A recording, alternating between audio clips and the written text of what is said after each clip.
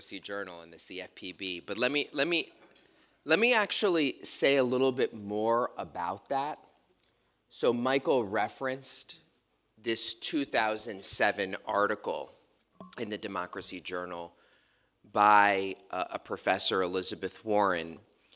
And I think obviously we all know the history that she won on that.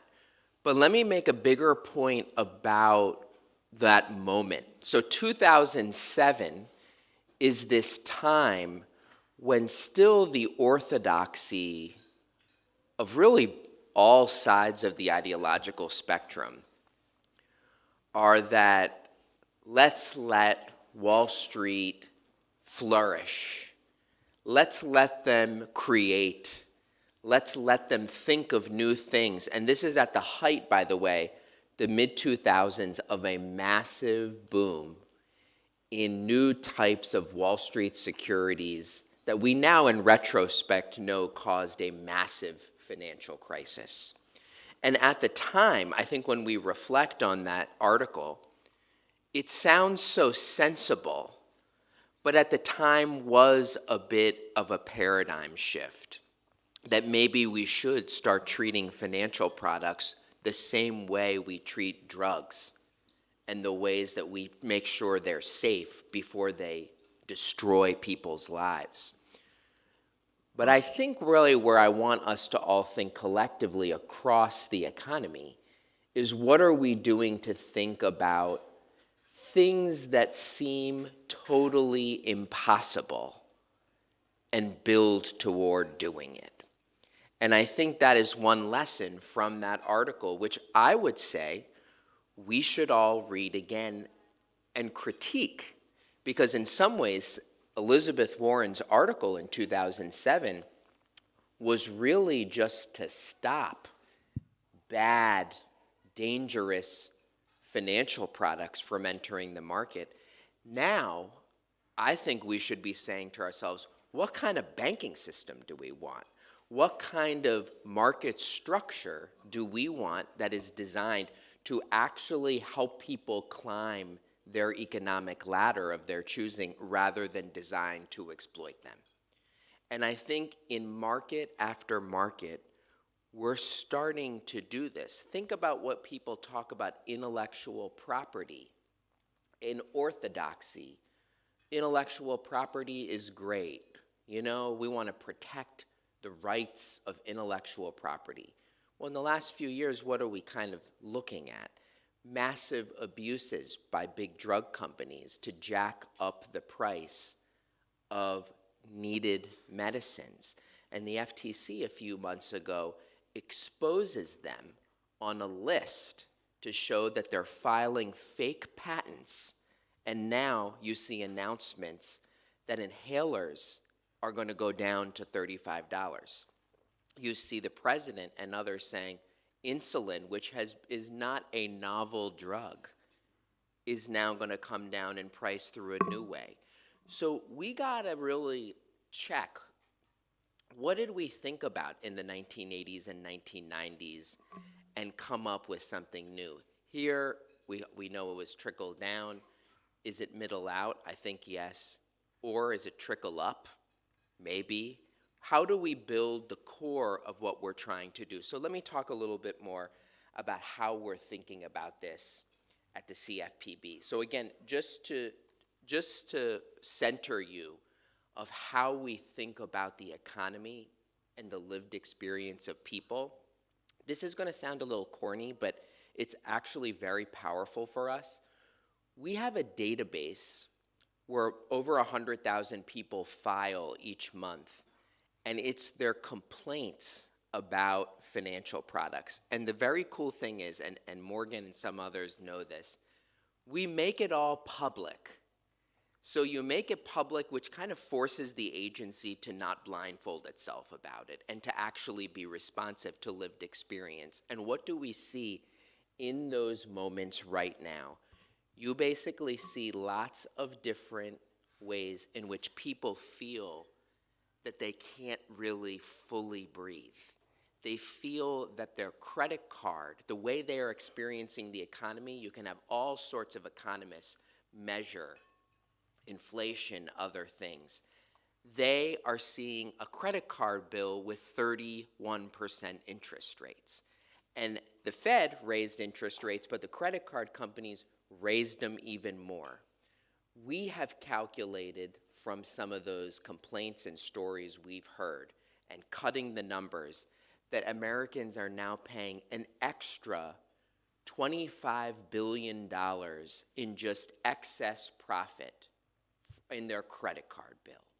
This is the most common financial product in America, and it is the bill after the rent or car payment or student loan payment that tells someone whether or not they're a personal failure in their minds.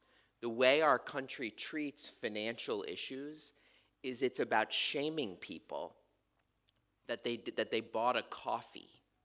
But in reality, the way that they are living is one where they actually can't control so many of their expenses. They actually can't control so much of their destiny because of the economy that we live in. So I think we should not only be looking at how people are experiencing today, but what do they see about their future? Right now, you have so many people, young, old, everyone, who now live in an America where they think that it will probably be impossible to buy a house. The interest rates on mortgages have surged so much that they feel they can't move. Those who already own a home, and some of you may be in this camp, you feel, I can't move because I have this rate and I am now locked in. Or if you're totally shut out, you are in a market now, and it's not just big cities.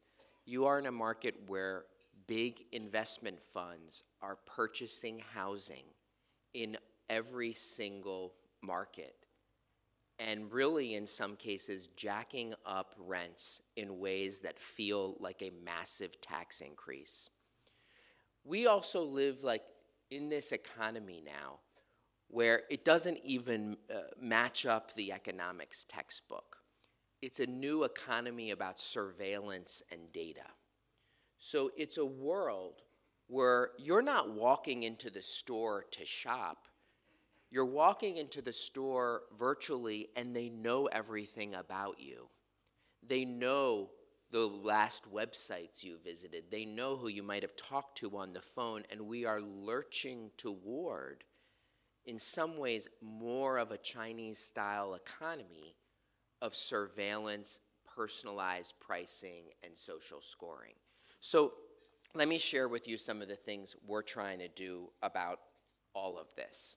So first is we launched in 2022 this effort called really to focus on the creep of junk fees in America.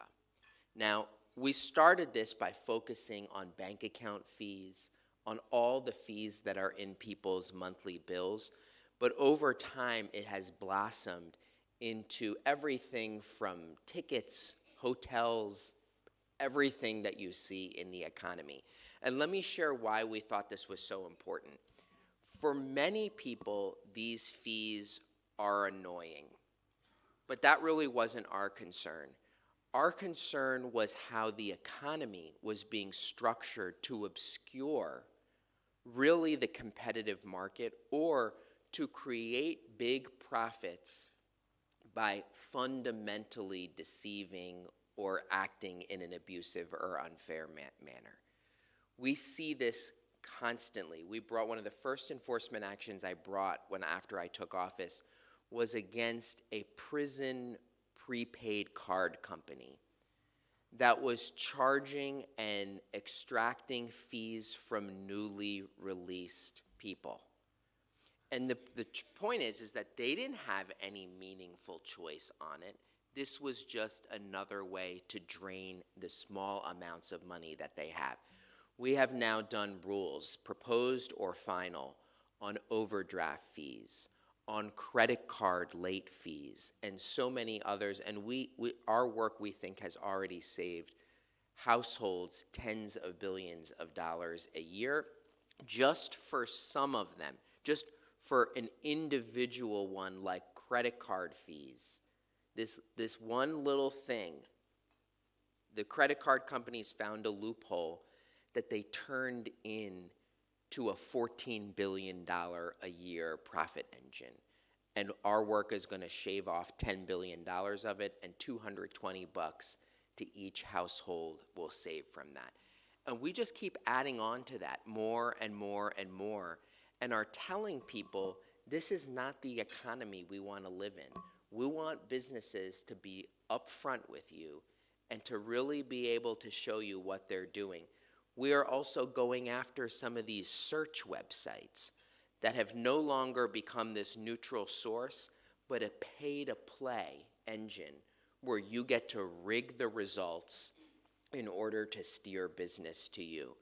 So junk fees and creating clarity about what we want as a way for consumers to experience, move it away from what all these pricing consultants and all of these investors want to do, and shift it back to what the middle would best want.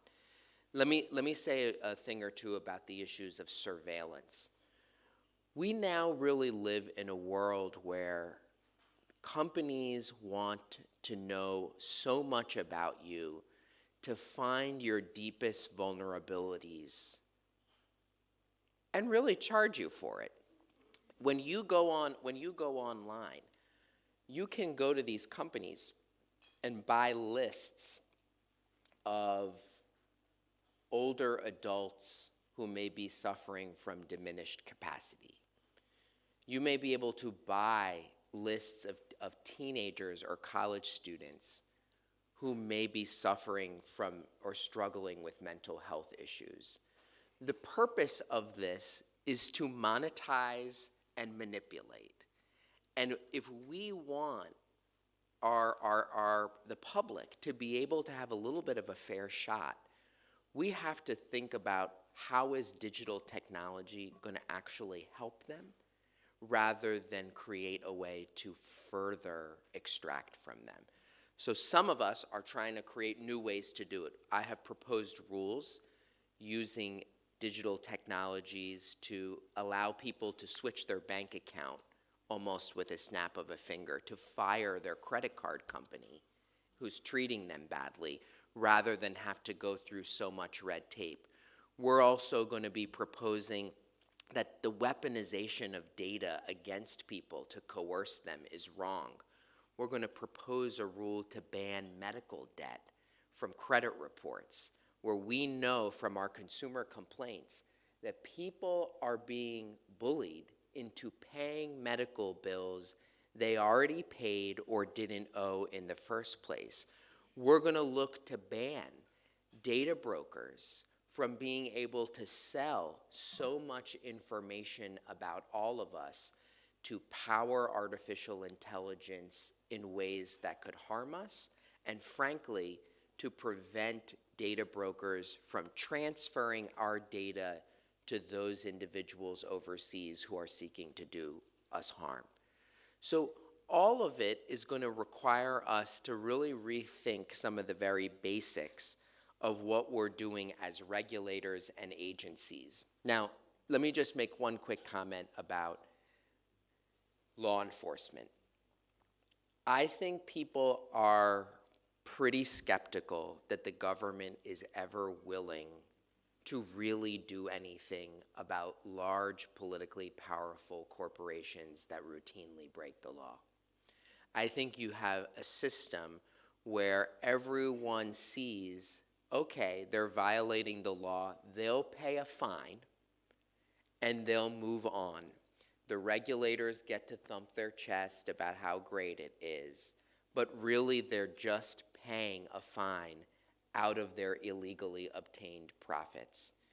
I think we have to remember the history of banks, of corporations, and others. In the US, we chartered them for the purpose of creating public good, for the purpose of making sure that the economy was going to pool capital so that it can create great things. We didn't create these legal structures so that they could end up harming all of us. So we need to remember that these firms are not just, something that exists in the natural world. We created them, and so sometimes we need to be the ones that check them, or when they're repeatedly breaking the law again and again and again, maybe they really shouldn't be able to continue to do business sometimes. So we have to have a new approach on how we develop our rules, how we enforce our rules, and really how do we give people a lot more control over that. Let me just close by saying I think one of the most exciting things we are all doing is not just stopping bad stuff from happening, but for creating the conditions for really great things that people can achieve. And I think the way we'll do that is to toss out the old and stale playbook from 30 years ago and to really chart a new one with big ideas that we can really organize and deliver on. So again, as you think about the future and think about the work of the Democracy Journal, I hope you'll put those ideas into reality for everyone. Thank you so much.